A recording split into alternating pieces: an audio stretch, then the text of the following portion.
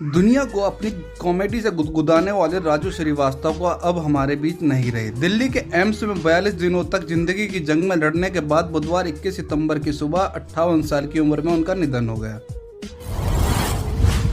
राजू श्रीवास्तव को 10 अगस्त को cardiac arrest के बाद एम्स में भर्ती कराया गया था। वह तभी से कोमा में थे और आईसीयू में वेंटिलेटर पर थे। हालांकि बीच में कई बार उनके शरीर में हरकत जरूर हुई थी, लेकिन वह होश में नहीं आ सके। राजू श्रीवास्तव के निधन की खबर से इंडस्ट्री को लेकर फैंस तक के बीच में गम का माहौल है। राजू श्रीवास्तव की फैमिली में इस वक्त मातम पसर गया है। हर दिन, हर पल, हर कोई उम्मीद लगाए बैठा था कि राजू श्रीवास्तव एक दिन आंखें खोलेंगे, होश में आएंगे और गजोदर बनकर फिर से सबको हंसाएंगे, लेकिन ऐसा हो न सका। डॉक्टरों ने बुधवार को आखिरकार फैमिली को यह कहते हुए जवाब दे दिया कि उनका ब्रेन तक ऑक्सीजन नहीं पहुंच रहा है। राजू श्रीवास्तव के निधन से सबको चौंका दिया है, क्योंकि बीच में परिवार वालों की तरफ से यह कहा जा रहा था कि उनकी तबीयत में सुधार हो रहा है। हालांकि डॉक्टरों ने उन्हें ब्रेन डेड घोषित कर दिया था। बीच में उन्हें तेज बुखार भी आया था। शरीर में इन्फेक्शन होने की बात भी सामने आई थी। डॉक्टरों ने उनके सिर का सीटी स्कैन कराया। दिमाग के एक हिस्से में सूजन मिली थी। 15 दिन बाद जानकारी मिली कि उन्होंने अपना एक पैर मोड़ा था, लेकिन उन्हें होश नहीं आया और उनका ब्रेन भी रिस्पॉन्स नहीं कर रहा था।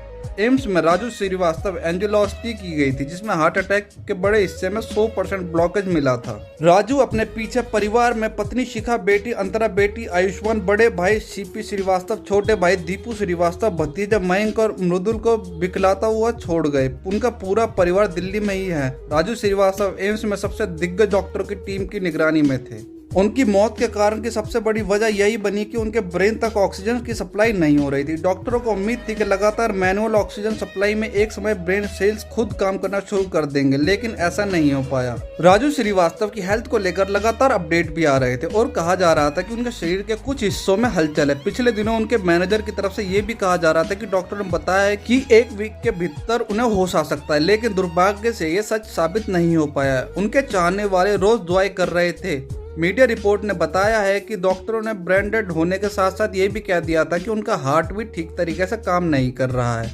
डॉक्टर ने बुधवार को फैमिली को जवाब दे दिया था। राजू श्रीवास्तव हर दिन की तरह होटल में ट्रेडमिल पर वर्कआउट कर रहे थे और इसी दौरान उन्हें हार्ट अटैक आया और वह बेहोश हो गए थे। उन्हें फौरन दिल्ली के एम्स में भर्ती कराया गया। हॉस्पिटलाइजेशन के बाद से ही वेंटिलेटर पर थे। बताया जा रहा था कि उनका ब्रेन ठीक तरीके से काम नहीं कर रहा है। इलाज के दौरान डॉक्टरों ने 2 स्टेंट लगाए थे। इसके बाद 13 अगस्त MRI में राजू श्रीवास्तव के सिर की एक नस दबी होने की बात बताई गई थी। डॉक्टरों की तरफ से राजू श्रीवास्तव के निधन की वजह ब्रेन में ऑक्सीजन नहीं पहुंचना, मल्टीपल ऑर्गन फेलियर बताई जा रही है। मल्टीपल ऑर्गन फेलियर यानी जब शरीर के 2 से ज्यादा अंग काम बंद कर देते हैं। इसे मल्टीपल ऑर्गन डिसफंक्शन सिंड्रोम कहते हैं, जो अधिकतर मामलों में जानलेवा साबित होता है और राजू श्रीवास्तव के केस में यही हुआ है। रिपोर्ट के मुताबिक राजू श्रीवास्तव को हार्ट अटैक से जुड़ी समस्या पहले भी हो चुकी थी। खबर है कि हार्ट अटैक की प्रॉब्लम को लेकर पहली बार उन्हें 10 साल पहले मुंबई के कोकिलाबेन अस्पताल में भर्ती कराया गया था और दूसरी बार 7 साल पहले हार्ट अटैक की वजह से ही मुंबई के लीलावती अस्पताल में भर्ती हुए थे। डॉक्टरों की तरफ से राजू को ऐसी सलाह भी नहीं थी कि उन्हें हैवी वर्कआउट से बचना चाहिए। जिस दिन वे वर्कआउट के दौरान बेहोश हुए थे वह उतने ही नॉर्मल था जितना कि एक आम इंसान। राजू श्रीवास्तव जब हॉस्पिटलाइज्ड हुए थे तो उनकी बेटी अंतरा श्रीवास्तव ने कहा था कि मेरे पापा काम के लिए सिलसिले में अक्सर दिल्ली और देश भर से अन्य शहरों जाते आते रहते हैं। वे हर दिन जिम में वर्कआउट करते हैं। वो पूरी तरह ठीक है। हम सब शॉक्ड है कि ऐसा कैसे हो गया। उनकी तबीयत में धीरे धीरे सुधार हो रहा है।